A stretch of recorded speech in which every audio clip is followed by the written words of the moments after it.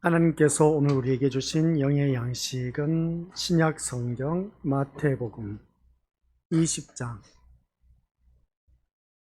29절부터 34절까지 합독하도록 하겠습니다. 그들이 여리고에서 떠나갈 때에 큰 무리가 예수를 따르더라. 맹인 두 사람이 길가에 앉았다가 예수께서 지나가신다 함을 듣고 소리 질러 이르되 주여 우리를 불쌍히 여기소서. 다윗의 자손이여 하니 무리가 꾸짖어 잠잠하라 하되 더욱 소리 질러 이르되 주여 우리를 불쌍히 여기소서. 다윗의 자손이여 하는지라. 예수께서 머물러 서서 그들을 불러 이르시되 너희에게 무엇을 하여 주기를 원하느냐. 이르되 주여 우리의 눈 뜨기를 원하나이다. 예수께서 불쌍히 여기사 그들의 눈을 만지시니 곧 보게 되어 그들이 예수를 따르니라. 아멘. 이 말씀은 하나님께서 하신 말씀을 통해서 주신 교훈의 제목. 시작. 아버지 하나님, 오늘 또한 수요 저녁 예배로 우리 귀한 믿음의 자녀 주님의 은혜 가운데 하나님의 긍휼하심으로 인하여 오늘 또한 우리가 이 자리에 나오게 된 것, 전적인 아버지 하나님의 은혜임을 다시 한 번 더 고백합니다. 이 자리에 머리 숙인 모든 심령들마다 주여 우리를 불쌍히 여기소서라고 하신 것처럼 우리를 불쌍히 여겨주시사 주님의 그 크신 은혜를 받아 누리는 복된 아버지 하나님 자녀 되어 우리 모든 삶이 하나님 영광 기쁨이 되도록 인도하여 주옵소서. 예수님 이름으로 기도드립니다. 아멘. 사람이 살아가면서 불쌍히 여김을 받는다, 긍휼하심을 받는다 라는 것은 그 사람을 향한 어떠한 무언가 베풀어 주는 그런 돕는 사람들이 있다라는 것을 또다시 한번 깨닫게 되는 것이죠.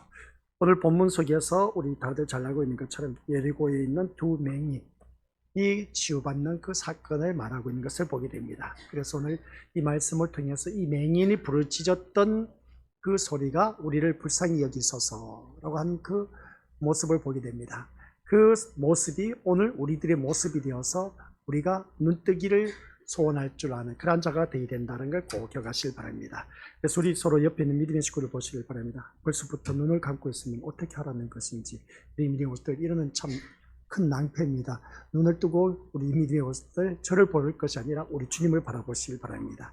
그래서 오늘 우리가 또한 살아가는 모든 삶 속에서 이 두 맹인은 태어날 때부터 맹인이었습니다. 그러다 보니까 앞을 보지 못했던 것이죠. 그래서 주님이 오신다는 소리를 듣고 크게 소리를 외쳤던 겁니다. 그래서 다윗의 자손 예수여 우리를 불쌍히 여기소서 하면서 외쳤던 그의 모습, 그 눈이 가려져서 앞을 못 봤던 그들이 평생토록 그렇게 살아가야 되는데 예수님을 만남으로 말미암아 눈이 뜨여졌다. 그러면 오늘 이 자리에 앉아 계신 우리 긴 믿음의 식구들 또한 역시 우리 또한 눈을 뜨고 있지만은 영적인 눈을 뜨지 못해서 아직도 헤매고 있는 자들이 참 많이 있다라는 것을 다시 한 번 더 깨닫습니다. 믿음 생활하는데 영적인 눈이 뜨여져 있는 사람은 누가 뭐라 말하지 않아도 내가 있어야 할 자리를 안다는 것이죠. 그리고 또 내가 할 말을 안다는 것을 보게 됩니다. 모든 시각을 어디에 맞추느냐? 하나님의 눈으로 바라보고 있다는 것을 바라보게 됩니다. 그래서 오늘 이 자리에 앉아 계신 우리를 불쌍히 여기소서라고 했을 때 관심의 문제입니다. 우리가 어디에 관심을 두고 있느냐? 오늘 이 자리에 앉아 계신 우리가 어디에 관심을 두고 이 자리에 나오셨느냐? 라는 것을 한번 자기 자신을 냉정하게 들여다볼 수 있는 자. 그리고 또 이 자리에 나오면서 내가 어디에 마음을 두고 이 자리에 나왔느냐? 우리 믿음의 것들도 점검하시길 바랍니다. 또 우리 믿음의 것들 내가 어디에 목적을 두고 이 자리에 나와 앉아 있는가 한번 우리 것들 마음과 관심과 목적 이 세 가지를 한번 냉정하게 우리 한번 자기 자신을 두고 평가를 한번 해보시길 바랍니다. 내가 어디에 관심을 두고 있다? 사람에게 관심을 두고 있을까? 아니면 말씀에 관심을 두고 있을까? 그리고 또 내가 어떤 마음으로 이 자리에 나와 앉아 있는지. 그래서 세상을 향했던 나의 마음이 모든 것을 접어두고 포기하고 이 자리에 주님을 향한 마음이 있었기 때문에 이 자리에 나왔단 말입니다. 그러면 어디에 내가 목적을 두고 우리가 신앙생활을 해야 될 것인가? 이러한 것을 우리가 오늘 이 말씀을 통해서 한번 우리가 듣고 또한 새롭게 자기 자신을 점검해 갈 수 있는 그런 시간이 되어야 된다는 걸 꼭 기억하시길 바랍니다. 그래서 예수님의 죽으심은 세상의 시각으로 본다면 실패를 뜻한다 그런 것입니다. 당연하죠. 그 이유는 십자가의 현장에는 3년간 예수님과 함께했던 제자들이 자신의 안위를 위해서 예수님을 떠나고 없었고, 또한 제자들 외에 예수님을 추종했던 수많은 군중도 모두 예수님에게 등을 돌리고 외면을 한 채 예수님 홀로 외로이 죽임을 당했기 때문이다. 이것을 알 수가 있습니다. 즉 모든 사람으로부터 버림을 받은 현장이 바로 십자가입니다. 그러다 보니까 예수님은 왕따 당했다라는 것이었죠. 많은 무리들이 따랐는데 많은 무리들이 등을 돌리면서 예수님을 십자가에 못 박으라고 했습니다. 그리고 또한 그렇게 3년 동안 한솥밥을 먹고 같이 뒹굴었던 12제자마저도 어떻습니까? 등을 돌려버렸습니다. 예수를 저주하며 부인하고 떠나가는 그런 12제자였습니다. 심지어 한 명은 예수님을 돈으로 어떻습니까? 팔아넘기는 아주 파렴치한 가룟 유다도 있었다는 것을 보게 됩니다. 이런 문제를 바라보았을 때에 이것은 예수님이 만약 한국 교회에서 목회했다면 그 목회는 실패할 것이라는 것을 우리가 또한 다시 한 번 더 깨닫게 된 겁니다. 우리 한국 교회에서 예수님께서 이렇게 목회를 했다면 실패했다는 것은 당연한 것이죠. 여기서 말한 목회의 실패는 사람들이 모두 예수님을 떠나고 또한 홀로 남게 된 결과를 뜻하는 것을 보게 됩니다. 사람이 떠나고 없는 교회는 문을 닫을 수밖에 없고 그것이 곧 흔히 말하는 목회 실패이기 때문이다. 이런 것을 보게 된 것이죠. 결론은 예수님은 주위 있는 사람들이 다 떠나갔습니다. 참 그러고 보면 예수님은 산 인생 실패했다라고 할 수가 있음을 보게 되는데, 이런 그 예수님을 바라봤을 때 예수님은 수많은 기적을 행하신 그런 분입니다. 다들 잘 알고 계신 것처럼 시각장애인, 그러니까 맹인이 눈을 뜨게 하고 안전병이 걷게 하시고 나병 환자 고쳐주시고, 그리고 또한 12회를 앓고 있었던 그 여인을 고쳐주시고, 이런저런 별의별 사람들 다 고쳐준 것을 보게 됩니다. 귀신 들려서 계속해서 고통당하는 죽음의 선에서 왔다 갔다 했던, 불구덩이에 떨어졌다가 또다시 일어났다 했던 그런 자녀들마저도 우리 예수님께서 그 귀신을 쫓아냄으로 인해서 깔끔하게 깨끗하게 회복되어지는 그 놀라운 역사가 있었던 것을 보게 됩니다. 심지어 많은 무리들이 따라오면서 어떻습니까? 예수님의 말씀을 듣기 위해서 따라다녔던, 그리고 또 많은 이적을 바라보았던 무리들을 향해서 오병이어라는 그 믿지 못할 기적까지 행하셨던 그 모습, 이런 예수님이 목회한다면 예수님의 기적을 경험하기 위해서 수많은 사람이 구름대처럼 몰려들 것이 분명하다는 것을 보게 됩니다. 그런데 실제로 기적으로 인해서 수많은 사람이 예수님께 몰려왔습니다. 그러다 보니까 다른 무리들이 얼마나 많은지, 그래서 우리가 오병이어 사건, 칠병이어 사건 다들 잘 알고 있지 않습니까? 엄청난 이런 많은 무리들이 따라다녔다는 것입니다. 그런데 왜 결과는 모두가 떠나버린 실패이냐라는 말씀입니다. 무리들도 떠나버렸습니다. 제자들도 예수님을 부인하고 스승을 부인하고 저주하고 떠나가 버렸습니다. 그것은 시작. 예수님은 오직 하나님의 뜻에만 관심을 두고 계셨지만 기적을 보고 모여든 사람들은 하나님의 뜻이 아닌 자신에게만 관심을 두고 있었기 때문입니다. 이게 바로 결론인 겁니다. 우리 미리오스. 예수님은 오직 하나님의 뜻에만 관심을 두고 계셨는데 기적을 보고 모여든 사람들은 하나님의 뜻이 아닌 오직 자기 자신에게만 관심을 두고 따라다녔기 때문이다 라는 것이죠. 오늘 이 자리에 앉아 계신 우리 것들 한번 자기 자신을 이제 여기서 짚어보실 바랍니다. 내가 예수님께 나왔습니다. 하나님 앞에 나와서 예배를 드리고 있는데 어디에 내가 관심을 두고 있느냐? 우리 미니버스. 이 관심을 우리가 하나님께 두고 있으면 참 좋았을 텐데 그렇지 못하고 자기 자신에게만 관심을 두고 이 자리에 나와 앉아 있다면 그 인생 언젠가 또 예수님 곁을 떠나기 마련이다 하는 것을 보게 됩니다. 오늘 우리 것들 이 말씀을 통해서 예수님은 오직 뭐라고 했습니까? 하나님의 뜻에만 관심이 있었다는 겁니다. 그러면 우리들 또한 관심이 어디에 있어야 된다? 하나님의 뜻에만 관심을 갖고 이 자리에 나와야 된다는 것이죠. 근데 우리가 살면서 믿음 생활하면서 우리들의 관심은 온전히 어디에 있느냐면 자기 뜻을 위한 이루기 위해서 성취하기 위해서 거기에만 관심을 갖고 이 자리에 나와 앉아있는 그런 모습을 보게 된다는 것이죠. 이것이 예수님의 십자가의 현장에 모두 다가 떠나버리고 아무도 없었던 이유인 것을 보게 됩니다. 그래서 관심사가 서로 다르면 그 관계는 지속되기 힘들다. 두말할 것도 없지 않습니까? 예수님과의 관계도 같습니다. 예수님에게 모여든 무리는 예수님의 기적에 관심이 있음을 보게 됩니다. 그래서 자기 자신에게 관심을 두고 예수님께 나온 무리들, 이 무리를 예수님의 사람으로 붙들어 놓으려면 무리가 관심 두고 있는 그것을 제공해 줘야만 한 겁니다. 오늘 이 자리에 앉아 계신 우리 것들 또한 그렇습니다. 이 예배 시간 드리러 나왔습니다. 그러면 우리 믿음의 식구들이 내가 원하는 관심에 그것을 해결해 주어야 이 자리가 뭔가 보람되지 않습니까? 그죠? 그래야 되는데 오직 제가 그런 그 모든 우리 믿음의 식구들 그 관심이 어디 있는지 저거 어떻게 알 수가 있겠습니까? 근데 그것을 다 들어주려고 한다 보면 어떻습니까? 제가 완전 엄청나게 힘들겠죠. 그런 것처럼 많은 무리들이 예수님을 어떻습니까? 예수님 앞에 나온 모든 사람들 붙들어 놓으려면 그 관심 두고 있는 것을 제공해 주었을 때만이 그 무리들이 계속해서 예수님을 따를 것이다. 이것을 보게 됩니다. 그러니까 우리가 원하는 대로 능력을 베풀어서 그들을 만족시켜 주어야 한다는 것을 보게 된 것이죠. 그러면 그 무리들이 떠나가지 않는다는 겁니다. 오늘 이 자리에 앉아 계신 우리 것들 또한 그렇습니다. 우리 믿음의 식구들 내가 원하는 설교를 들어야 되는데 원하는 설교를 듣지 못하고 자꾸만 먼 나라 이웃 이야기를 하다 보니까 나하고는 전혀 별개의 이야기를 하다 보니까 관심이 없어. 이 말씀을 내가 들어야 될까 말아야 될까 하면서 망설이신 분들 또한 있지 않을까라는 생각을 갖는데 그런 분들이 없으시길 바랍니다. 아무튼 우리 미디어스들 이 자리에 앉아 계신 우리 것들에게 주신 이 말씀은 분명히 우리 것들에게 뭔가 있기 때문에 이 말씀을 오늘 또한 저를 통해서 우리 것들에게 전하고 있으라 봅니다. 그래서 이 말씀을 귀담아 듣고 우리들의 삶 속에서 우리 믿음의 식구들에게 내가 설교를 함으로 말미암아 만족시켜 줘야 되는데 만족시켜 주지 못하면 또 그 설교는 실패했다고 할 수 있을지 모르지만은 우리 것들 아무튼 귀를 기울여서 말씀을 듣고 우리가 말씀을 들음으로 말미암아 내가 어디에 관심을 두고 내가 지금 이 시간 예배를 드리고 있는지 한번 그것을 자기 자신을 통해서 우리가 점검해 보시길 바랍니다. 그래서 우리가 원하는 대로 능력을 베풀어서 그들을 만족시켜 주어야 할 그런 예수님. 그런데 예수님은 많은 무리들을 따르는 가운데서 어떻습니까? 다 들어주면 얼마나 좋았겠습니까? 근데 대표적으로 걱정, 근심하고 모든 문제점을 안고 있는 그러한 자들을 우리가 주님께서 고쳐주신 것을 보게 됩니다. 그렇다면 예수님이 어디에 관심을 두어야 합니까? 라는 것입니다. 예수님이 어디에 관심을 두어야 될까? 오늘 모든 무리들이 어떻습니까? 그 모든 능력을 베풀어서 그들을 만족을 시켜줘야 된다면 예수님의 관심은 어디에 두어야 되겠냐는 것이죠. 당연히 무리를 자기 사람으로 만드는 것임을 알 수가 있습니다. 우리가 사람으로 바라보면 그렇습니다. 지금식으로 말하자면 큰 교회를 만드는 것에 관심을 두어야 된다는 것을 보게 됩니다.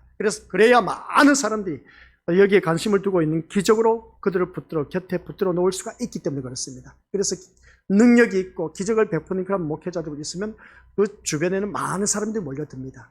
얼마나 많이 몰려드는지 몰라요. 그런 그 모습을 바라봤을 때 하지만 예수님은 사람들이 자신을 추종하는 것에 관심을 두지 않는다는 겁니다. 다시 말해드리겠습니다. 예수님은 뭐라고요? 그 자신을 추종하는 것에 관심을 두지 않는다는 겁니다. 예수님을 추종하는 무리들의 관심을 두지 않는다. 목사님 또 무슨 소리를 그렇게 하십니까? 하는 것을 우리가 생각할 수가 있는데 잘 들어보시기 바랍니다. 오히려 다른 관심을 가지고 온 것을 책망하시면서 경계하셨다는 것을 보게 됩니다. 그 따르는 무리들을 향해서 책망하셨다는 겁니다. 그리고 또 경계하셨다는 것인데 그리고 하나님의 뜻인 죽는 길을 향해 가신 것을 바라보게 됩니다. 그래서 따르는 무리들이 자꾸만 자기의 뜻을 가지고 주님 앞에 나온 그 모습을 바라봤을 때 오히려 그것을 책망하시고 경계하면서 어떻습니까? 그들을 야단쳤던 것이죠. 그러면서 어떻습니까? 하나님의 뜻인 죽는 길을 향해 가신 그 모습을 보게 됩니다. 이런 모습 볼 때 우리 미리것들 오늘 우리 건습들은 이러한 예수님에게 관심이 있느냐? 예수님께 관심이 있습니까? 라고 물어봤을 때 정말 예수님께 관심이 있습니까? 예수님께 관심이 있으면 예수님에 대해서 좀 더 깊이 알아가는 그런 시간 되시길 바랍니다. 혹 예수님께 관심이 없이 이 자리에 나와 앉아있다면 여러분은 어떤 성경 말씀에서도 얻어지는 것이 없을 것입니다. 예수님께 관심이 있다면 오늘 이 시간 나와는 별개의 그 말씀이지만 그러나 얻는 것이 있다는 겁니다. 예수님께 관심만 있다면. 근데 예수님께 관심이 없다면 저건 먼 나라 이웃 이야기네, 나하고 상관없네, 길을 닫아버리는 경우가 있음을 보게 됩니다. 그러나 이 자리에 앉아 계신 우리 것들은 온전히 예수님께 관심이 있다면 청길령 주의 종을 통해서 선포하는 말씀이 우리 주님께서 어떤 말씀을 나에게 던져주고 있는지 기다마 우리가 그것을 듣고 그 말씀을 통해서 우리가 주님을 만날 수 있는 그런 시간이 되어야 된다. 이걸 꼭 명심하시기 바랍니다. 다만 예배라는 기독교 의식에 참여하고 돌아가는 것만 있을 뿐인 것을 보게 되는데 물론 그것은 구원과는 아무런 연관이 없음을 우리가 알아야 되는 겁니다. 오늘 이 예배 시간 우리가 참여하고 있는데 이 의식에 참여했다고 해서 구원에 이르지는 않습니다. 아시겠습니까? 모두 다가 예배 참석했다고 구원에 이르면 이것보다 더 좋은 것이 어디 있겠습니까? 지나게나 다 예배 들으러 나오겠죠. 근데 예배 시간에 선포된 그 말씀 속에서 주님을 만나지 못하면 우리는 천국에 가지 못한다라는 그런 말씀 내용입니다. 그래서 십자가의 죽으심과 다시 사심에 대해서 제자들에게 3번 반복해서 말씀했지만은 어떻습니까? 예수님의 관심이 하나님의 뜻인 죽는 길에 있음을 그들에게 늘 보여주었습니다. 3번씩이나 보여줬던 것이죠, 제자들에게. 근데 제자들의 관심은 주의 나라에서 자리 차지에만 있었다는 것을 보게 됩니다. 주의 나라. 그래서 야고보의 어머니가 한 자리에는 오른쪽에는 자기 아들, 왼쪽에는 자기 또한 아들을 양쪽에 앉혀달라. 그 말을 들은 제자들은 분하게 여겼다는 것을 보게 됩니다. 이 제자들의 관심은 온통 주의 나라가 임하게 되면은 한 자리를 차지하려고 했던 거기에만 관심을 두었다는 것을 보게 됩니다. 그런 모습을 바라보았을 때 예수님은 얼마나 기가 차고 뇌가 찰 노릇이겠습니까? 여기서 주의 나라라고 한 것은 우리가 설교를 들어서 알고 계시지만 이스라엘 백성들이 로마 정권 하에 억압을 받고 있었습니다. 그러다 보니까 여기서 해방되어서 예수님이 이제 추종자가 되어서 어떻습니까? 이제 높은 자리에 이르게 되면 그 좌우에 있는 그런 자리에 내 아들을 앉혀달라고 하는 야고보의 그 어머니의 소리를 들은 제자들. 그래서 제자들의 관심 또한 역시 한 자리를 해보겠다라는 그런 것에만 초점을 맞추고 있었던 것을 보게 됩니다. 그래서 예수님이 가시는 길이 어떤 것인가에 대해서는 그들에게는 안중에도 없었습니다. 다만 주의 나라에서 다른 사람보다 더 높은 자리를 어떻습니까? 이 말씀을 통해서 그 자리에 차지한 것에만 관심을 두고 있다는 것을 보게 됩니다. 오늘 이 자리에 앉아 계신 우리 것도 그렇습니다. 이 제자들의 모습이 오늘 나의 모습은 아닌가 한번 살펴보자는 겁니다. 이 자리에 분명히 예수님께 관심을 두고 나왔다면은 예수님께 그 모든 말씀에 귀를 기울여야 되는데 자꾸만 자기 자신에게 관심을 갖고 자기 뜻을 이루기 위해서 우리가 이러한 문제를 해결하려고 나와 앉아있다면 뭔가 문제가 있다는 것을 보게 됩니다. 그러다 보면 우리 미래것들 오늘 본문 속에서 바라보니까 모두 다가 떠나가 버리는 그런 모습을 보게 된 겁니다. 그러한 제자들에게 예수님은 뭐라고 했느냐? 28절 시작. 인자가 온 것은 섬김을 받으려 함이 아니라 도리어 섬기려 하고 자기 목숨을 많은 사람의 대성물로 주려 함이니라. 아멘. 이거는 지난 우리가 주일날 말씀드렸던 말씀 내용입니다. 인자가 온 것은 섬김을 받으려 함이 아니라 섬기려고 오셨다라는 것인데, 근데 여기서 말씀하고자 하는 것은 오늘 이 시간 예수님의 관심은 어디에 있느냐는 것이죠. 성경 구절 다시 보여주시기 바랍니다. 예수님의 관심은 어디에 있습니까? 이 말씀을 바라보니까 섬김을 받으려 함이 아니라 도리어 섬기려 하고 바로 그겁니다. 자기 목숨을 많은 사람의 대속물로 주려 함이니라. 여기에 예수님의 관심이 있습니다. 제자들은 자리에 관심이 있었지만, 자리 다툼에 관심이 있었지만 예수님의 관심은 아닌 것이었습니다. 그게 아니었어요. 자기 목숨을 많은 사람의 대속물로 주려고 하는 그 관심이 있었다는 것을 보게 됩니다. 밑줄 그어서 거기에 적어놓으세요. 예수님의 관심이라고 적어놓으시기 바랍니다.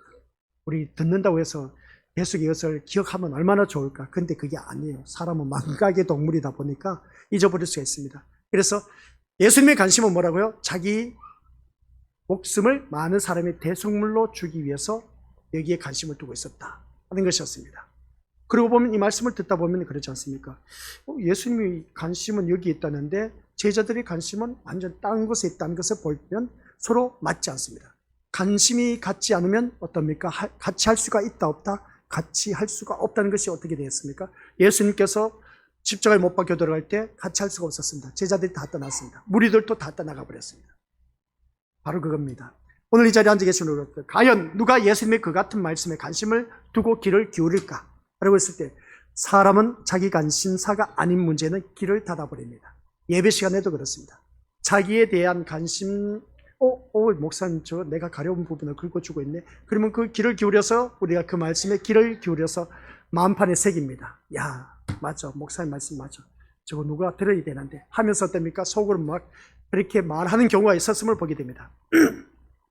그런데 우리가 그것도 기억하시기 바랍니다.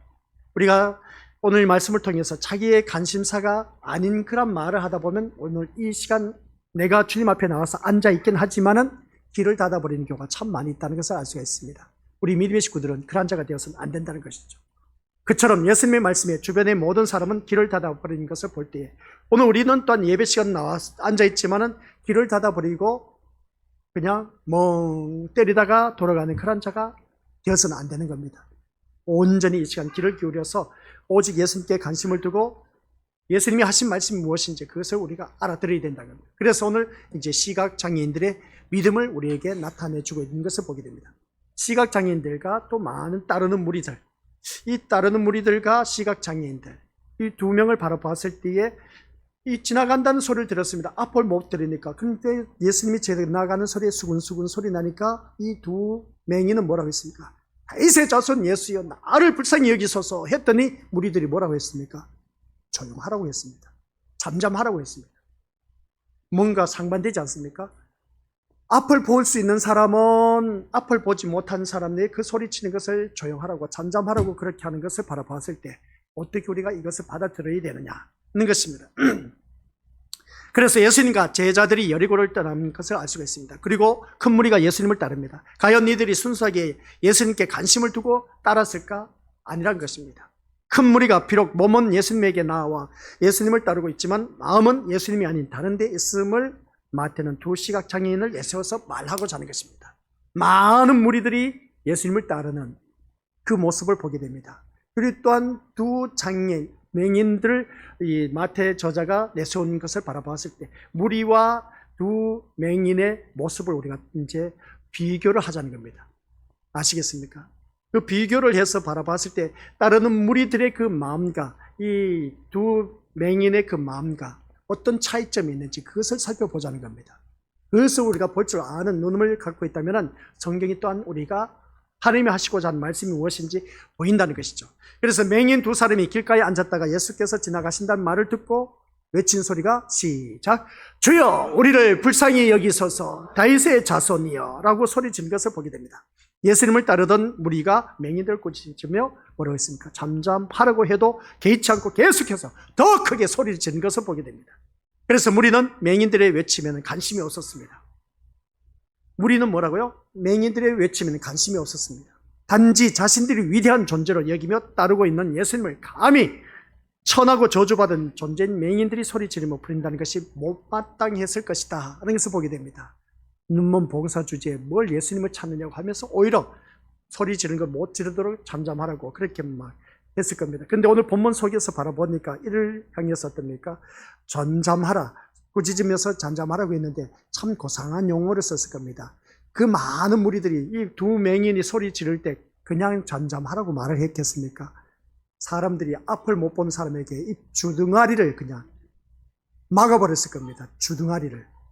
근데도 불구하고 이 맹인들은 어떻게 했습니까? 더 큰 소리로 외쳤던 겁니다. 다윗의 자손이여 나를 불쌍히 여기소서 하면서 어떻습니까? 외쳤던 그 모습을 보게 된 것이죠. 여기서 고상한 단어를 사용했지만은 어떤 사람은 두 맹인을 두 손발을 다 잡고 있었을 것이고 어떤 사람은 말 못하도록 입을 막았을 것이고 어떤 사람은 침뱉음을 했을 것이고 그런 그 모습을 우리가 여러 가지 상상해 볼 수가 있습니다. 맹인이다 보니까 안 보인다는 것이죠. 근데 여기서 말씀한 것을 바라볼 때 바로 그것이었습니다. 예수님에 대해서 어떻습니까? 소리 지른 것을 못마땅해 한 그 모습을 볼 때 그들을 잠잠하게 한 그 모습을 보면 우리가 충분히 상상할 수가 있다는 겁니다. 우리는 맹인들이 뭐라고 소리 지르는가에 또한 주의를 해야 된다는 겁니다. 그래서 맹인들은 예수님이 누구신가를 알았다는 것이죠. 이 맹인들은 예수님이 지나가는 그 예수님이 어떤 분이신가를 알았다는 겁니다. 그래서 예수님을 알았다는 이 맹인들의 모습하고 따르는 무리들의 예수님을 아는 것하고 차이점이 있을까 없을까? 백발백중 있다는 겁니다. 따르는 무리들은 군중 심리에 따라갈 수 있었을 것이고 많은 기적을 보고 또 따랐을 수도 있었을 겁니다. 근데 이 맹인들의 관심은 어떻습니까? 예수님이 누구신가를 알았다는 겁니다. 하지만 단지 기적을 행하여서 병을 고쳐주는 능력을 갖춘 예수로만 알지 않았다는 것이죠. 이 맹인 두 사람을 바라봤을 때 만약 능력을 갖춘 예수로만 알았다면 그들은 아마 뭐라고 했을까? 라고 했을 때 뭐를 하는 말씀이 있습니다. 예수여 우리 눈 좀 고쳐주십시오 라고 그렇게 말을 했을 겁니다. 예수라는 인물에 관한 관심보다는 다만 그 능력으로 눈만 뜨면 되기 때문이었음을 보게 됩니다. 근데 맹인들의 외침은 단순히 눈만 뜨고자 하는 의도를 가진 그러한 사람의 외침이 아니었다는 겁니다. 먼저 그들은 뭐라고 했습니까? 주여 우리를 불쌍히 여기소서라고 외친 것을 보게 된 것이죠. 주여 우리를 불쌍히 여기소서. 맹인들은 자신의 처지를 불쌍하게 여기고 있음을 보게 됩니다. 왜 불쌍하게 여김을 알 수가 있겠습니까? 앞을 못 보니까 그럴 수가 있다라고 하는 것을 보게 됩니다. 맹인은 불쌍한 사람입니다. 세상의 좋은 것과 아름다운 것을 전혀 보지 못하고 살아가는 그들의 모습을 보면 어떻습니까? 정상인 사람들이 볼 때는 불쌍할 수밖에 없습니다. 안 그러겠습니까? 하지만 과연 맹인의 처지에 있는 사람도 자신을 불쌍하게 여길까라고 하는 생각을 가져보게 된 것이죠. 내가 맹인이라면 우리가 그 맹인의 처지에 그 자신을 우리가 불쌍히 여겨달라고 그 말이 어떤 말로 우리가 들려졌을까? 그래서 타인에게 나를 불쌍히 여겨달라고 할까? 이 맹인들이 타인에게 나를 불쌍히 여겨달라고 했을 때 어떻습니까? 그러면 어떻습니까? 장애인이라고 해서 자신을 불쌍하게 여기지 않는다는 것이죠. 오히려 신체가 정상적인 사람들에게 불쌍히 여김받고 동정받는 것을 싫어하는 경우가 많다는 겁니다. 맹인들은 왜 그러겠습니까? 자기 자존심 때문에. 그래서 오늘 이 말씀을 통해서 자존심이 있기 때문에 나를 불쌍히 여겨달라고 섣불리 말을 하지 못한다는 겁니다. 정상적인 사람에게 함부로 말했다가는 어떻습니까? 이 맹인들 바라보면 있지 않습니까? 쉽게 표현하면 장애인들을 바라보면은 이것들 자존심 되게 셉니다. 왜 그런지 아시죠? 그 이유가 있습니다. 왜? 자기가 아픈 그곳을 커버하기 위해서, 그것을 커버하기 위해서는 자기 자존심을 내세울 수밖에 없습니다. 그래서 장애인의 그 모습을 바라보면 그런 사람들 보면 고집이 얼마나 센지 몰라요. 그런 것을 우리가 다들 경험을 하셨을 겁니다. 주위에 보면 눈여겨보시기 바랍니다. 그렇다고 해서 그런 사람들 계속해서 관찰하라는 것은 아닌 겁니다. 그런 분들 대부분 바라보면 자기의 그 핸디캡이 있기 때문에 어떻습니까? 그것을 감추기 위해서, 그것을 커버하기 위해서는 오히려 더 큰 소리 치고 어떻습니까? 더 그냥 자존심을 내세우는 그런 경우가 참 많이 있다는 것이죠. 바로 맹인들도 그렇습니다. 정상적인 사람에게 우리를 불쌍히 여겨달라 했을 때 자존심이 있어서 섣불리 그렇게 말한다 안 한다? 안 해요. 그 많은 무리들이 있는데 나 불쌍히 좀 여겨달라니까. 자네들은 볼 수가 있으니까 좋지만 난 볼 수가 없어. 날 좀 불쌍히 여겨줘.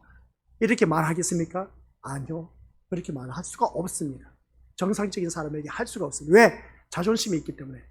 그러면 어떻습니까? 그 소리를 했을 때에 그 정상적인 사람이 눈먼 봉사에게 뭐라 하겠습니까? 아이고, 봉사 주제에 하면서 어떻습니까? 오히려 업신여기고 싫은 소리 듣는 것은 다반사라는 겁니다. 그런 것처럼 오늘 이 자리에 앉아 계신 우리 것들, 만약 맹인이 앞을 보지 못하는 자신의 처지를 불쌍히 여겨달라고 했다면 그것은 단지 동정을 구하는 것밖에 되지 않는다는 겁니다. 하지만 동정을 구하는 것이 아니라는 것은 예수님을 뭐라고 했습니까? 다윗의 자손으로 부르고 있었다는 것입니다. 예수님을 뭐라고요? 다윗의 자손이라고 부르고 있었다는 것이죠. 맹인들은 예수님을 주여라고 먼저 호칭을 합니다. 주여 불쌍히 여기소서. 그리고 뒤에 다윗의 자손으로 일컫는 것을 보게 됩니다. 그러면 다윗의 자손은 하나님이 보내신 참된 왕이라는 의미입니다.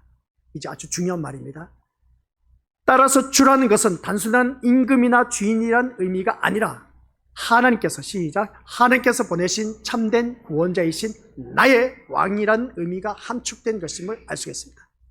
나의 주여 불쌍히 여겨주소서, 다윗의 자손이여, 이렇게 외쳤던 것을 바라보면 우리 믿는 것들, 하나님께서 보내신 참된 구원자이신 나의 왕이라는 것을 이 두 맹인은 그렇게 예수님에 대해서 알고 있었다는 것을 보게 됩니다.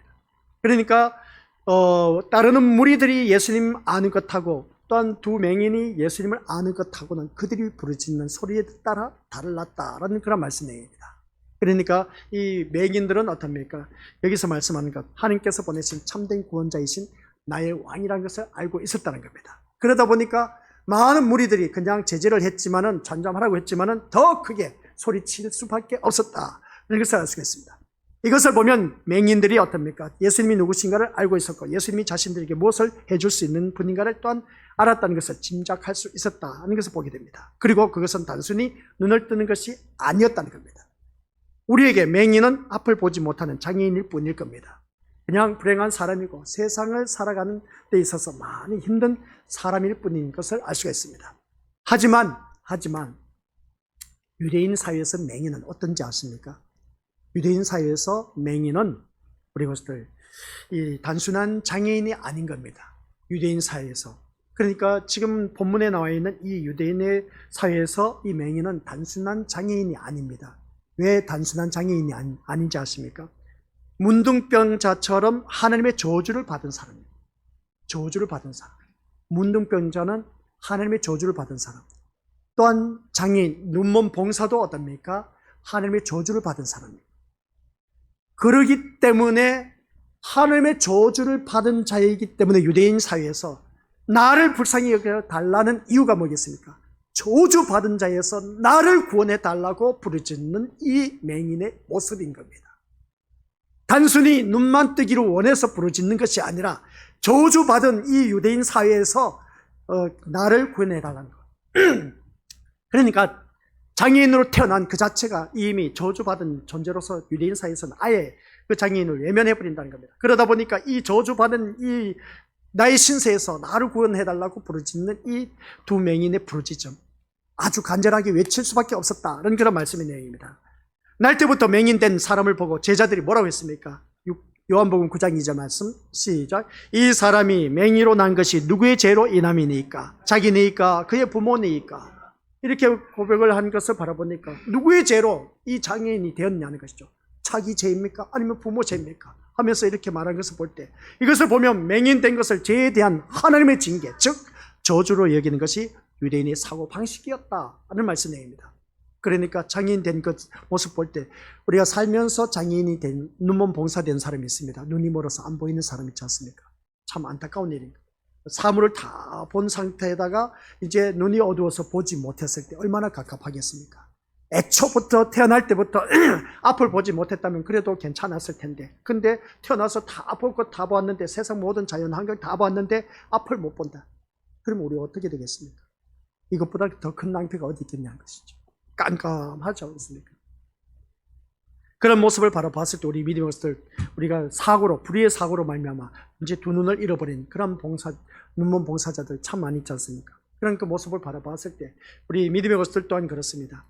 이런 그 말씀을 들으면서 오늘 또한 이 태어나면서 이제 눈먼 봉사로 태어난 그 모습을 바라봤을 때 이것은 한마디로 표현해서 하나님의 저주를 받았다는 겁니다. 이 저주를 받았던 유대인 사회에서 깊이 뿌려 박혀져 있어서 내려온 그러한 전통이었습니다. 그러다 보니까 얼마나 이 두 맹인은 부르짖는 것이 얼마나 간절하겠냐는 것이죠. 그러면 이러한 사고방식 안에서 맹인들도 자신들은 어떻습니까? 자신들을 하나님의 저주를 받은 자로 여겼을 것은 두말할 것도 없다는 겁니다. 그리고 다윗의 자손으로, 시작. 다윗의 자손으로 오신 예수님이야말로 자신들을 저주에서 구출해 주실 하나님이 보내신 구원자, 왕이라는 것을 믿었던 것입니다. 바로 이겁니다. 다윗의 자손으로 오신 예수님이야말로 이 저주에서 구출해 줄 수 있는 분은 우리 예수님밖에 없다는 것이죠. 하나님이 보내신 구원자, 예수 그리스도 왕이라는 것을 이들은 알고 있었다는 것입니다. 믿었다는 것이죠. 그 믿음이 예수님을 향해서 크게 소리칠 수밖에 없었다라는 내용입니다. 그래서 예수님을 향한 이 믿음이 무리가 잠잠하라고 야단을 쳐도 전혀 굴하지 않고 더 크게 소리치는 그 모습을 보게 됩니다. 이런 모습이 이 두 맹인에게 있을 수밖에 없었던 이유를 이제 아시겠습니까? 시대적 배경을 바라보았을 때 맹인은 저주받은 인간이었습니다. 하나님으로부터. 그러다 보니까 이 저주에서 나를 구원해 주실 분은 오직 하나님이 보내신 구원자 예수 그리스도밖에 없다는 것입니다. 다윗의 자손 예수 그리스도밖에 없었다는 것을 알았기 때문에 여기서 해방시켜 주실 이는 오직 예수님밖에 없었기 때문에 옆에 사람들, 군중들이 그냥 입을 막고 그냥 말 못하더라고 그냥 뺨을 때리기도 하고 꿀밤을 주기도 하고 그냥 발로 차기도 하고 그랬을 사람은 다분하게 있었다는 겁니다. 그러면 그럴수록 더 크게 외쳤던 이유가 바로 뭐냐라고 했을 때에 이러한 배경이 있었기 때문에 간절하게 나를 여기서 저주에서 구원해 주실 수 있는 분은 오직 예수님밖에 없다는 것을 알았기 때문에 그들은 외칠 수밖에 없었다는 말씀의 내용입니다. 그래서 오늘 우리 것들 이 저주에서 바로 누구냐? 저주받은 우리였습니다. 저주받은 우리가 지옥에 떨어질 수밖에 없었던 우리는 더욱더 예수님을 간절히 부르짖을 수밖에 없다는 것이죠. 그런 우리가 되어야 된다는 겁니다. 그래서 우리가 기억해야 할 것이 뭐겠습니까? 같이 읽어보죠. 마지막 주제죠. 시작. 눈뜬 자는 누구이냐? 눈뜬 자는 누구인가? 누가 눈을 떴습니까? 네, 두 맹인이었습니다. 두 맹인이 눈을 떴습니다. 예수님은 맹인들을 불러서 너희에게 무엇을 하여 주기를 원하느냐? 이렇게 물었습니다. 그랬더니 당연히 눈뜨기를 원한다고 하죠. 하지만 앞서 말한 대로 유대 사회에서 맹인이 어떤 취급을 받는가를 생각한다면 눈뜨기를 원하는 것은 단순히 세상을 볼 수 있기를 원한다는 의미만이 아니라는 것입니다. 이 말씀을 바라보면은 성경에 바라보니까 이건 당연히 맹인이 눈뜨기를 원하기 때문에 다윗의 자손 예수를 찾았지 않았냐 했지 않습니까? 그렇죠? 근데 그 시대적 배경을 알아보니까 이 맹인이 소리칠 수밖에 없었던 이유를 이제 우리 미디어들 아시겠습니까? 바로 그런 이유였습니다. 같이 읽어보도록 하겠습니다. 유대사에서 시작. 유대사에서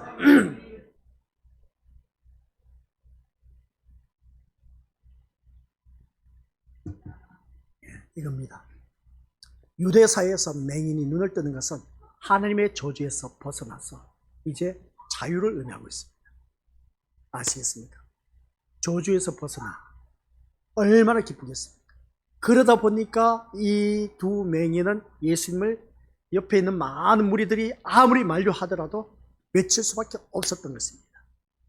그 다음 누구도 시작. 누구도 저주받은 자라고 정죄할 수 없는 해방을 뜻합니다. 누구도 저주받은 자라고 정죄할 수 없는 이 두 맹인, 그래서 거기에서 해방을 뜻하고 있다는 것입니다. 이걸 말하고 있는 겁니다. 단순한 사건이 아닌 겁니다. 두 맹인이 눈을 떴다라고 했을 때 예수님이 고쳐주셨더라, 그 믿음을 보고 고쳐주셨다, 그렇게 말하지 않습니까? 대부분 아니요. 그 시대적 배경이 있었기 때문에, 그 배경이 어떻습니까? 맹인이 완전 저주받은 그런 자였기 때문에 거기서 구원해 줄 수 있는 분은 오직 예수 그리스도밖에 없다는 겁니다. 그게 누구냐? 다윗의 자손이었습니다. 그 다윗의 자손 예수님이 누구신가를 이 두 맹인은 알고 있었다는 것이죠. 그래서 이 저주받은 것에서 나를 벗어나게 해줄 수 있는 자는, 해방시켜 줄 수 있는 자는 예수님밖에 없었다는 것이었습니다. 근데 대부분 목회자들 초점 맞출 때, 봐라, 우리도 이렇게 예수님 있으면 다윗의 자손이여 나를 불쌍히 여겨주소서, 그게 외치면 그 믿음을 보고 우리의 모든 문제 다 해결받을 수 있다, 그렇게 말했을 겁니다. 아니요, 그게 아니었습니다. 물론 그것일 수도 있습니다. 그것이 아멘이라고 하면 그렇게 받아들인 것이고, 그러나 이제 새로운 각도로서 우리가 한번 보자는 겁니다. 새로운 각도에서 바라보니까 시대적 밑바탕에 흐르는 배경은, 그 유대인들은 어떻습니까? 맹인들은 저주받은, 하나님의 저주를 받은 그런 존재이기 때문에, 그래서 거기에서 해방시켜 줄 수 있는 이는 오직 예수님밖에 없었기 때문에 그들은 부르짖었다는 겁니다. 어느 게 더 타당하냐는 것이죠. 물론 믿음이 있어서 부르짖는 것도 맞습니다. 그러나 시대적 배경을 바라봤을 때 성경에 나와 있지 않습니까? 요한복음 우리가 말씀을, 이 사람이 맹인으로 난 것이 누구의 죄로 인함이니까? 자기니까? 그의 부모니까? 이 맹인된 것은 이 하나님의 저주로부터 태어난 것이다 하는 것을 보게 될 때, 그러면 이것에서 우리를 해방시켜 주실 수 있는 분은 누구냐 하는 것을 다시 한 번 더 깨닫게 된 것이죠. 그래서 오늘 이 자리에 앉아 계신 우리 것들, 맹인들은 바로 그 자유와 해방의 세계를 원했다는 겁니다. 다시 시작. 자유와 해방의 세계를 원했다는 것이죠. 이 맹인들이 바로 그것이었습니다. 자유와 해방의 세계. 예수님이 우리가 억압되었던 제약된 세상에서 우리를 자유하게 하기 위해서, 죄에서 자유케 하기 위해서, 또한 우리가 마귀의 자녀에서 해방되게 하기 위해서 이 땅에 오셨다는 사실, 저주 속에 살고 있었던 우리들을 예수님이 이 땅에 오심으로 말미암아 그 모든 것에서 자유와 해방을 누리게 되었다는 겁니다. 이것을 유대인 사회에서 그 시대적 배경 맹인을 비유하면서 어떻습니까? 이 말씀을 오늘 우리에게 교훈해 주고 있다는 말씀입니다. 그래서 우리는 자유와 해방의 세계를 원하고 있다는 것, 그래서 우리는 마음껏 자유와 해방의 세계에서 우리가 지금 살아가고 있습니다. 그래서 34절을 바라보면 시작. 예수께서 불쌍히 여기사 그들의 눈을 만지시니 곧 보게 되어 그들이 예수를 따르더라고 말씀하고 있습니다. 예수님을 앞을 보지 못하는 맹인의 처지를 불쌍히 여겼겠습니까? 아닙니다. 그렇다면 그것은 말한 대로 동정이 지나지 않습니다. 예수님은 저주 아래 있는 그들의 처지, 즉 죄인을 불쌍히 여기신 것이죠. 죄인을 불쌍히 여기셨다는 겁니다.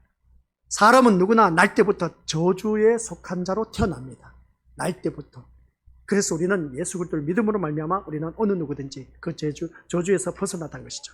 저주에 속한 자의 처지를 본다면 참으로 불쌍하다는 것이죠. 하지만 우리는 불쌍하다는 우리의 처지에 대해서 무시하고 눈을 감고 있다는 것을 보게 됩니다.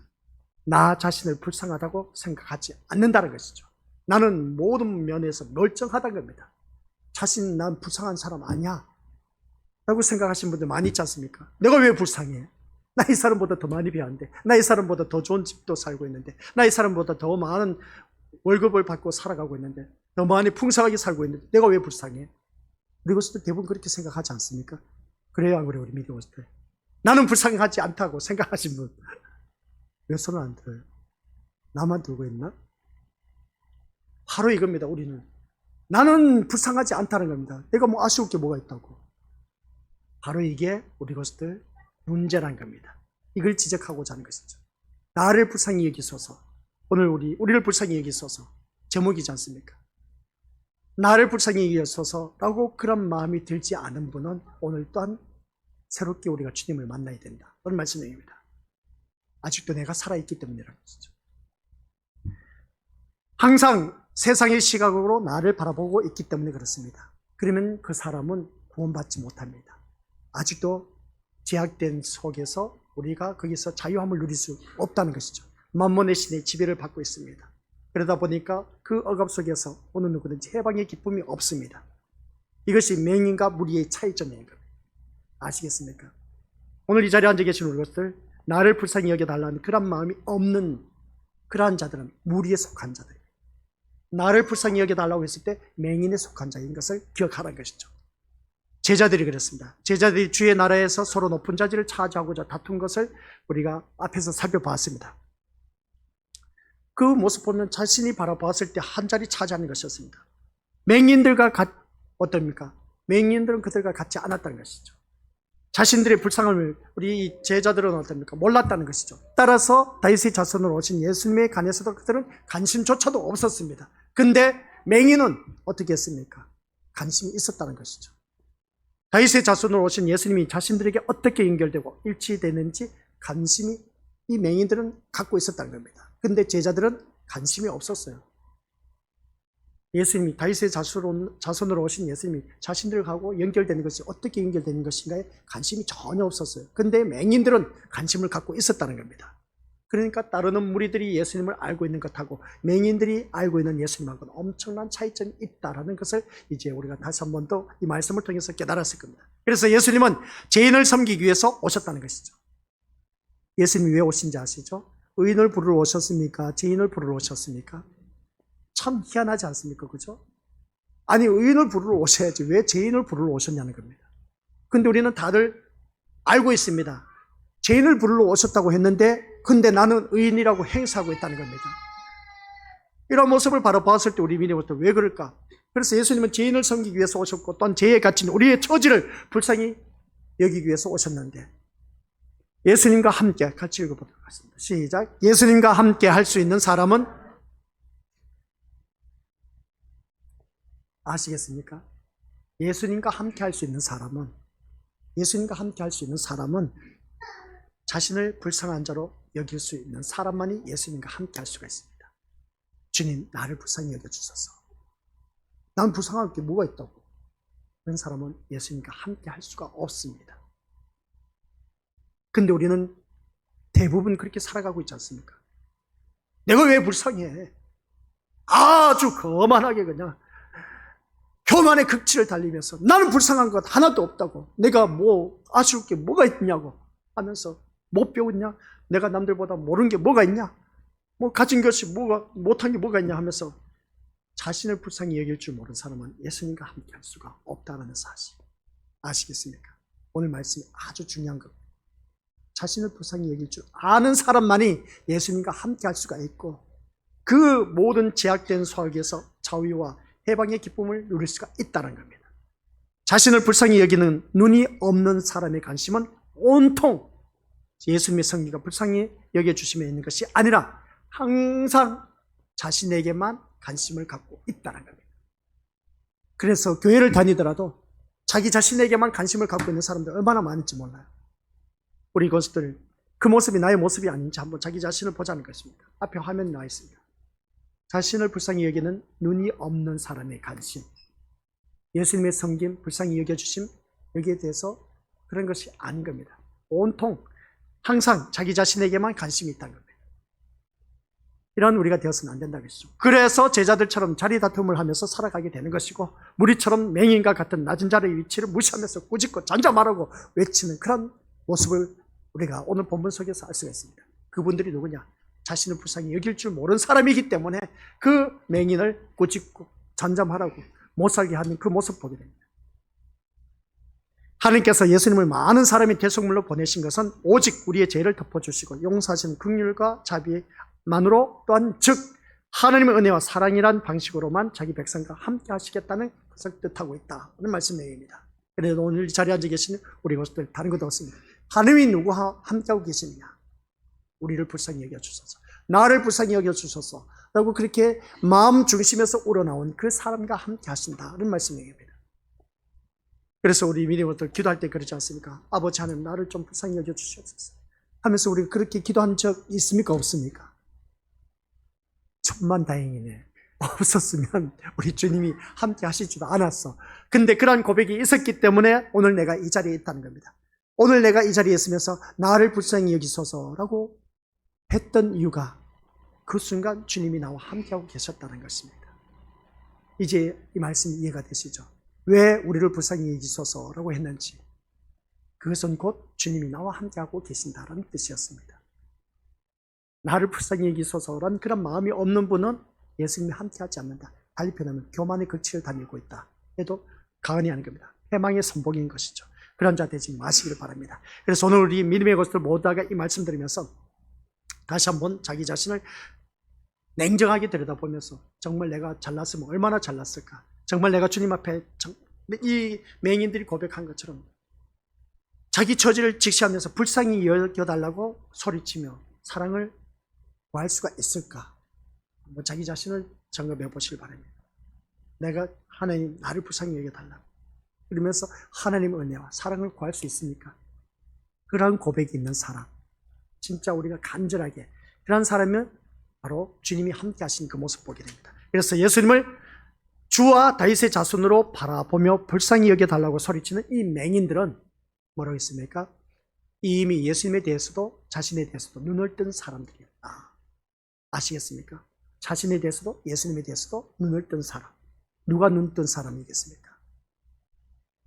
주와 다윗의 자손으로 바라보고 불쌍히 여겨달라고 했던 그러한 고백이 있는 사람. 이러한 사람들이 바로 눈 뜬 사람입니다. 누가 눈 떴느냐라고 했을 때 바로 그런 말씀인 것이죠. 오늘 우리가 믿음 생활하면서 이러한 경우를 많이 아직도 우리가 눈 뜨지 못한 그런 자들이 참 많이 있음을 바라보게 됩니다. 우리 믿음의들 다시 한번 이 말씀 듣다 보니까 그렇지 않습니까? 진짜 우리가 아직도 눈을 뜨지 못해서 자꾸만 엉뚱한 것에만 관심을 갖고 그것을 향해서 부르짖고 있습니다. 우리가 지금까지 부르짖었던 것이 또 뭡니까? 세상을 향해서 모든 게 부르짖어 왔지 않았냐는 것이죠. 아직도 우리는 눈을 뜨지 못했던 그런 모습이었습니다. 진짜 눈을 뜨게 되면은 우리 믿음들 나를 불쌍히 여기시소서 하면서 눈을 뜨는 그 사람은 이제는 예수님께만 관심을 갖고 예수님이 나에게 무엇을 원하고 계신지 그것대로 살지 못한 것에 대해서 회개가 있고 또한 그것을 통해서 말씀 안에서 살기를 몸부림치는 사람, 이 사람이 바로 눈이 뜬 사람, 영적인 눈이 뜨여진 사람인 것이죠. 근데 아직도 우리는 세상 것을 향해서 얽매여서 그냥 이 사람 관심을 갖고 싶어서 저 사람에게 관심을 갖고 싶어서 그래서 이 사람 저 사람 비위 맞추다 보니까 내 마음이 찢어질 때 피곤해, 심신이 피곤해서 지쳐. 사람 비위 맞추려고 하지 마시고 아시겠습니까? 오직 누구에게만? 예수님께만 관심을 갖고 예수님께 비위를 맞추시기 바랍니다. 그것 간단합니다. 어렵지 않습니다. 사람 비위 맞추기 진짜 힘들어요. 우리 직장생활 하신 분들 다들 아시지 않습니까? 위에 있는 사람들, 한직에 있는 사람들, 나보다 위에 있는 사람들, 또 밑에 있는 사람들, 아유, 그 사회생활 하는 데 있어서 그 비위 맞추려면 얼마나 힘든지 몰라. 근데 그 모습을 볼 때 이 사람은 이런 모습, 저 사람은 저런 모습, 시도 때도 없이 변질돼, 변해. 그러다 보니까 변할 때마다 어떻습니까? 그 사람 비위를 또 맞춰줘야 돼. 이거 참 죽을 맛인 것이죠. 근데 우리 주님을 비위 맞춘 것은 너무나 간단해. 말씀 순종하는 길밖에 없어요. 우리 예수님만 기쁘게 하면은 우리 것들 세상 살아간 모든 것 다 만사형통이야. 어려울 것 하나도 없어. 근데 우리는 자꾸만 사람의 관심을 가지려고 하고 사람에게 잘 보이려고만 하고 사람에게 비위만 맞추려고 하고 그렇게 살아왔던 우리들의 모습 아니겠습니까? 오늘따라 교회 나오긴 나왔지만 내가 관심하는 것이 어디에 관심을 두고 있고 어디에 마음을 두고 있고 어디에 목적을 두고 있는지 그것도 모른 채 그냥 막연하게 나앉아 있는 우리들의 모습 얼마나 가깝스럽겠습니까? 이제 좀 제발 눈이 뜨여져서 주여 나를 불쌍히 여기소서 하면서 어떻습니까? 주님 앞에 진실된 고백을 할 줄 아는 사람, 정말 주님의 도움 없이는 내가 이 모든 어려움에서 벗어날 수 없는 이 자유와 해방을 만끽할 수 없는 그런 처절한 나의 모습, 이곳에서 나를 해방시켜 주실 수 있는 분은 오직 우리 예수님밖에 없다라고 고백할 수밖에 없는 우리들. 이게 바로 오늘 우리를 불쌍히 여기소서라는 말씀 제목입니다. 이 말씀 우리가 기가 따갑도록 많이 들어왔습니다. 다윗의 자손이여 나를 불쌍히 여기소서, 이 말씀 한두 번 들었습니까? 믿음의 고백이라고 그렇게 하지만 그러나 시대적 배경을 바라보니까 그게 아니야. 이 저주에서 나를 해방시켜 주실 이는 오직 예수님밖에 없다는 것, 이것을 알고 있었던 이 맹인들의 고백, 이 고백이 오늘 우리들의 고백이 되었을 때 모든 문제 눈이 뜨여지기 시작합니다. 여기서 이제 우리 결론입니다. 맹인이 태어날 때부터 앞을 못 봤습니다. 이젠 예수님 때문에 보았다 못 보았다 보았습니다. 육신으로부터 환한 세상을 보게 되었습니다. 영적인 세계에서 그들은 저주받은 인생이었습니다. 근데 눈뜨짐과 동시에 그들은 이제 저주의, 하나님의 저주에서 벗어나서 어떻습니까? 해방의 기쁨, 자유를 누리게 되었습니다. 일거양득이지 않습니까? 그래, 이 말씀을 바라보았을 때 우리 것들 어느 누구든지 바로 내가 눈만 뜨게 되면 이러한 놀라운 축복이 주어진다는 겁니다. 그래서 교회를 다니면서 아직도 눈이 뜨여지지 못해서 사람 때문에 이리 치고 저리 치고 해서 사람 때문에 시험 들고 하는 경우가 참 많이 있음을 보게 됩니다. 우리 것들 그러한 분들 바라보면 아직도 내가 눈이 뜨지를 못해서 그렇다. 사람 때문에 시험 든 사람은 내가 영적인 눈이 뜨지를 못해서 그렇게 이리 치고 저리 치고 있다는 것을 기억하시면 되는 겁니다.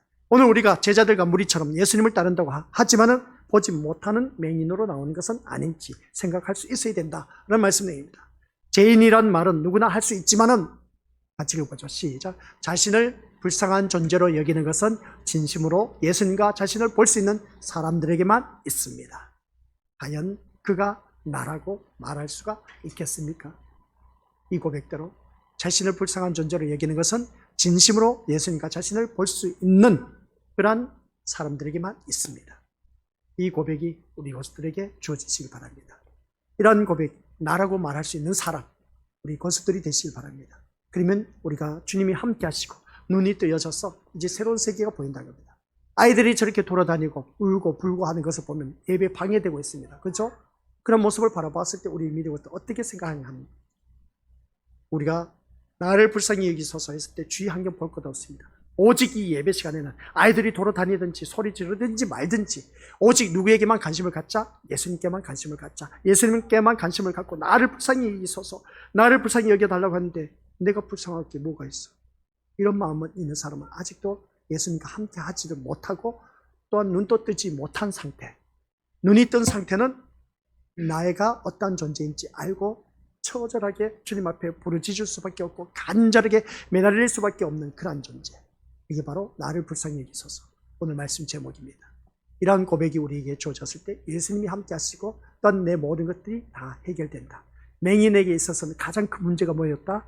보기를 원할 것이었습니다. 오늘 이 자리에 앉아 계신 우리 것들, 나를 불쌍히 여기소서 그 중심에서 간절하게 부르짖는 그 심령 속에 가장 큰 문제, 내 인생에 있어서 가장 큰 문제가 해결받을 수가 있다라는 겁니다. 맹인에게는 볼 수가 있게 되었습니다. 가장 큰 문제 있지 않습니까? 오늘 우리 믿음의 것들, 지금까지 우리가 눈먼 봉사였지 않습니까? 눈을 뜨시기 바랍니다. 진짜 나를 불쌍히 여기소서라고 했을 때에 나에게 가장 큰 문제가 뭐였겠습니까? 그 문제가 이 말씀을 들으면서 오늘 해결 받으셔야 됩니다. 아시겠습니까? 그러한 우리가 되었을 때 하나님께서 기뻐 받으신다는 걸 기억하면서 주여 우리를 불쌍히 여기소서, 오늘 이 말씀이 오늘 나의 고백이 되어서 우리 것들 모든 문제, 영적으로도 육적으로도 다 해결받는 이 맹인의 모습이 나의 모습이 되자라는 것을 꼭 기억하시길 주님의 이름으로 간절히 축원드립니다. 아버지 하나님 감사드립니다. 이 두 맹인의 눈이 뜬 그 사건, 아버지 하나님 나를 불쌍히 여기소서라고 이 고백한 것은 보통 고백이 아니었다는 사실, 저주에서 그 억압에서 벗어난 자유와 기쁨, 해방임을 다시 한 번 더 깨닫게 되었습니다. 또한 육적인 눈도 뜨이게 되었습니다. 영적인 눈도 뜨여져서 더욱더 주님과 함께하는 삶이 얼마나 큰 것인가를 오늘 이 본문 속에서 우리가 깨닫게 되었습니다. 아버지 하나님, 이 두 맹인의 고백이 주여 우리를 불쌍히 여기소서 나의 고백이 되어서 아버지 하나님 앞에 더욱더 영광된 삶을 사는데 조금도 부족함이 없는 귀한 믿음의 자녀 되게 하옵소서. 내가 나를 불쌍히 여기소서 이 간절한 부르짖음에 주님이 내가 너에게 무엇을 하여 주기를 원하느냐, 지금 내가 가장 큰 문제를 안고 있는 문제 해결받는 아버지 하나님 자녀 되게 하옵소서. 예수님 이름으로 기도드립니다. 아멘.